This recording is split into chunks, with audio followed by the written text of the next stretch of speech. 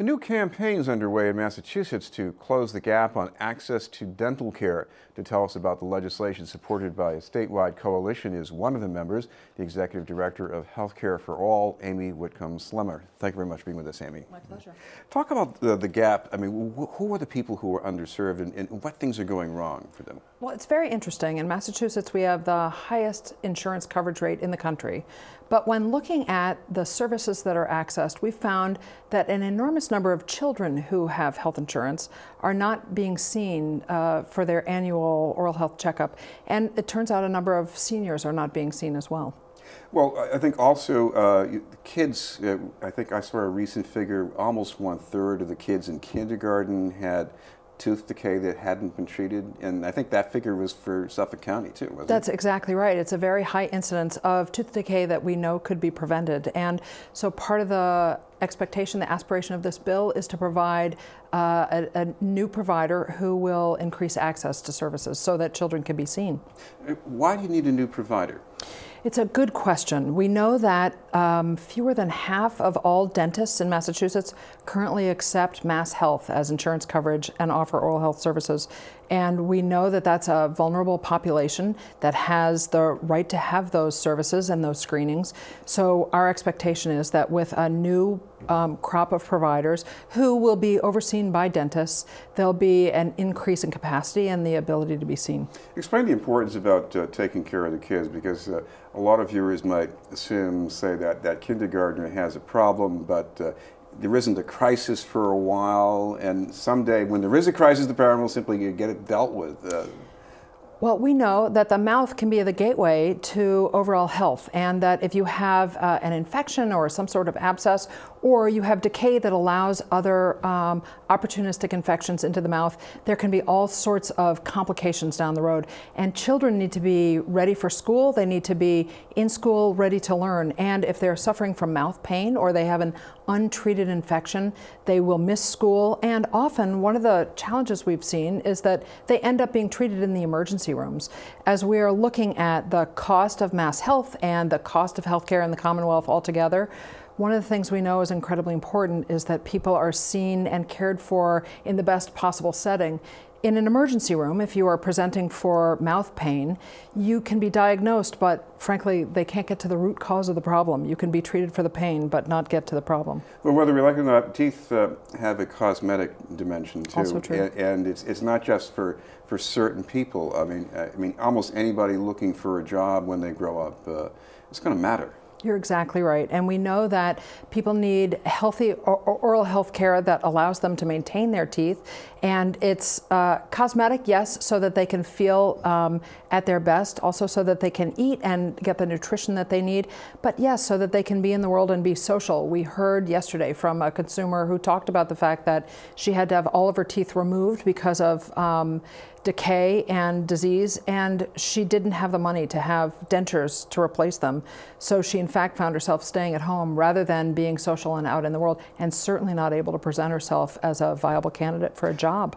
What about the places where people can get work on their teeth? Because I guess for some people, getting someplace to have the work done, that can be a challenge too. You're exactly right. There are geographic disparities all over the Commonwealth. So for some people, they have a choice of dentists and they have a choice of places where they can provide or they can receive care, but there are rural areas in which there actually are no providers within a very long distance. So we know that increasing the workforce, we believe, will help address some of the geographic disparities that we have in Massachusetts. Another part of the solution might be to have different people who can provide at least some level of service. Explain why this would be such an improvement. Well, it's very helpful to have folks who can provide prevention services, which is important, but also provide treatment out in the world. So this level of this mid-level provider, again, under the tutelage and support of a dentist, will be able to provide cleanings and also extractions if that's necessary, can provide temporary crowns, and again, can treat some of the underlying disease issues that may be seen in an office. Talk about the importance of cleanings, because most of us think of it as a relatively painless, not a very dramatic procedure.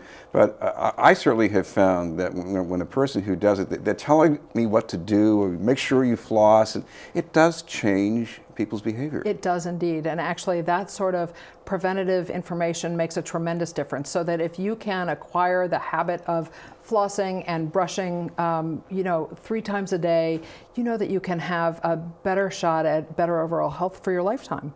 I do wonder about the coverage issue, because you mentioned that there are some dentists who don't want to take Mass Health as the coverage. Is that because the coverage isn't high enough, or is it just too much red tape, or what's going wrong with that? I imagine that it's because of the reimbursement rates, and the truth of the matter is we don't actually reimburse enough for our oral health services. So that's another important fight that Healthcare for All will take on, making sure that the payment that follows oral health services will match the treatment that's actually provided. That's very important. Of course, we should also mention, now that we're getting into the middle of the fall here, that it's almost open enrollment time again for people in their health coverage. That's exactly right. As of November 1st, so Sunday, we'll begin the open enrollment period so that anyone in the Commonwealth can shop for insurance and can assess whether the plan that they're currently on meets their needs or they want to switch into another plan.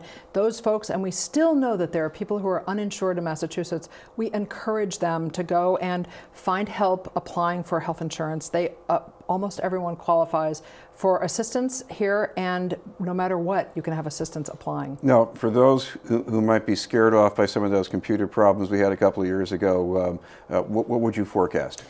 We're in much better shape. I know that the Health Connector is spending a tremendous amount of time. They've added counselors who can speak languages other than English. Healthcare for All also has some additional capacity. We're expecting a tremendous number of phone calls, and we very much want this to be as easy and painless for consumers as possible to re-enroll in insurance. So we should mention, whether it's about the dental campaign or about open enrollment, if people want to get in touch, get some more information, what's the best way to do that? We're delighted to have them either go on the website, which is at www.hcfama.org, or they can always call our 800 number. Our helpline is 800-272-4232, and we take those calls in English, Spanish, and Portuguese. Thank you very much for being with us. My pleasure. Amy Whitcomb, Slemmer from Healthcare for All. Still to come, a new history of Boston's South End.